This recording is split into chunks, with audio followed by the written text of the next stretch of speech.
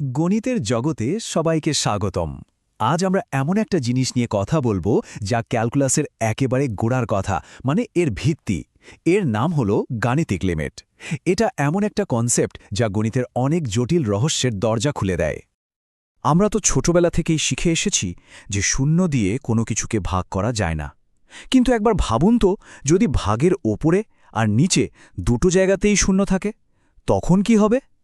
এটাকে কিন্তু কোনো ভুল ভাবলে চলবে না, বরং এটা একটা দারুণ ধাঁধা যা আমাদের ক্যালকুলাসের একটা একদম নতুন ধারণার দিকে নিয়ে যাবে। এই রহস্যটা আরেকটু ভালোভাবে বুঝতে চলুন এই ফাংশনটার দিকে তাকানো যাক। যদি আমরা এখানে সরাসরি এক্সের জায়গায় 2 বসিয়ে দিই, তাহলে কি হচ্ছে? ওপরে হচ্ছে 2 স্কোয়ার মাইনাস 4 মানে 0, আর নিচে 2 মাইনাস 2 সেটাও 0। আরে, আমরা তো সেই একই জায়গায় ফিরে এলাম, 0/0। তবে ঘাবড়ানোর কিছু নেই, এই ধাঁধার সমাধান অবশ্যই আছে। তো আমরা কিভাবে এগোব? প্রথমে আমরা এই শূন্য ভাগের সমস্যাটা বুঝব, তারপর লিমিট জিনিসটা কি সেই ধারণাটা নেব, আর সবশেষে কিছু দারুণ কৌশল শিখে এই ধরনের সমস্যার সমাধান করে ফেলব। তো শুরু করা যাক আমাদের প্রথম চ্যালেঞ্জ দিয়ে, যেটা হলো এই 0/0 ফর্ম। গণিতের ভাষায় এটাকে বলা হয় ইনডিটারমিনেট বা অনির্ণেয় আকার। মানে যখন কোনো ফাংশন এই চেহারায় চলে আসে, তখন আমরা সরাসরি তার মান বের করতে পারি না। যখনই আমরা সরাসরি মান বসানোর চেষ্টা করছি, মনে হচ্ছে যেন একটা দেয়ালে ধাক্কা খাচ্ছি। গণিত নিজেই যেন বলছে, থামো, এদিকে সরাসরি এগোনো যাবে না। আর এখানে বলতে পারেন জাদুর মতো এন্ট্রি নেয় লিমিটের কনসেপ্টটা। আচ্ছা, যদি কোনো একটা বিন্দুতে আমরা সরাসরি পৌঁছাতেই না পারি, তাহলে কি হবে? যদি আমরা তার খুব একদম কাছাকাছি যাওয়ার চেষ্টা করি। ভাবুন তো, কোনো একটা জায়গায় পৌঁছাতে হবে, কিন্তু ঠিক ওই পয়েন্টটাতে পা রাখা বারণ। তাহলে কি করা যায়? আমরা যেটা করতে পারি তা হলো এর যতটা সম্ভব কাছে যাওয়া, একবার ডান দিক থেকে আর একবার বাম দিক থেকে, আর তারপর দেখব যে আমরা ঠিক কোন জায়গার দিকে এগোচ্ছি। লিমিট ঠিক এই কাজটাই করে। এই টেবিলটার দিকে একটু তাকান। কি দেখা যাচ্ছে? যখন x এর মান 2 এর খুব কাছাকাছি আসছে, ধরুন 1.9 বা আরও কাছে 1.99 বা অন্য দিক থেকে 2.01, তখন ফাংশনের মানটা কোন সংখ্যার দিকে এগোচ্ছে? একদম পরিষ্কার, তাই না? মানটা কিন্তু 4-এর দিকেই ছুটছে। তাহলে লিমিটটা আসলে কি? সোজা কথায় লিমিট আমাদের বলছে যে x এর মান 2 বিন্দুতে ফাংশনটার মান ঠিক কত তা আমরা জানি না, কিন্তু আমরা যখন এর একদম কাছাকাছি যাই, তখন ফাংশনটা 4-এর দিকে এগোতে থাকে। তাই আমরা বলি এই ফাংশনের লিমিট হল 4। আচ্ছা, কনসেপ্ট তো বোঝা গেল, কিন্তু প্রত্যেকবার কি এত কষ্ট করে টেবিল বানিয়ে মান চেক করতে হবে? না, একদমই না। এর জন্য কিছু চমৎকার গাণিতিক কৌশল আছে। চলুন সেই কৌশলগুলোই এবার দেখে নেওয়া যাক। চলুন আমাদের সেই প্রথম উদাহরণটাতেই ফেরা যাক।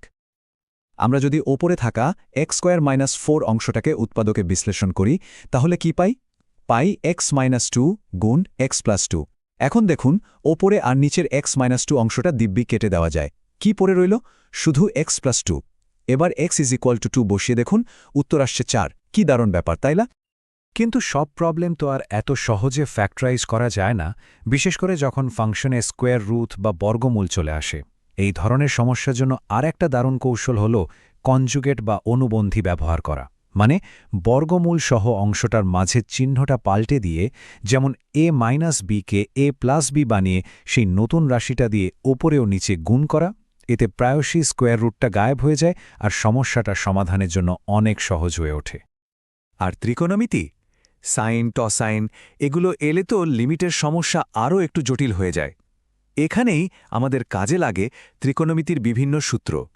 যেমন 1 - cos x যুক্ত লিমিটগুলো প্রায়ই 0/0 আকার তৈরি করে। কিন্তু আমরা যদি 1 - cos x এর বদলে 2 sin² x/2 বসিয়ে দিই, তাহলে সমস্যাটার চেহারাটাই পাল্টে যায় আর সমাধান করা অনেক সহজ হয়ে যায়। ত্রিকোণমিতিক লিমিটের দুনিয়ায় এমন একটা সূত্র আছে যেটাকে বলা যেতে পারে একটা মাস্টার কি, মানে সব তালার চাবি। এটা অনেক জটিল সমস্যার দরজাও এক মুহূর্তে খুলে দিতে পারে। এই হচ্ছে সেই স্পেশাল সূত্রটা।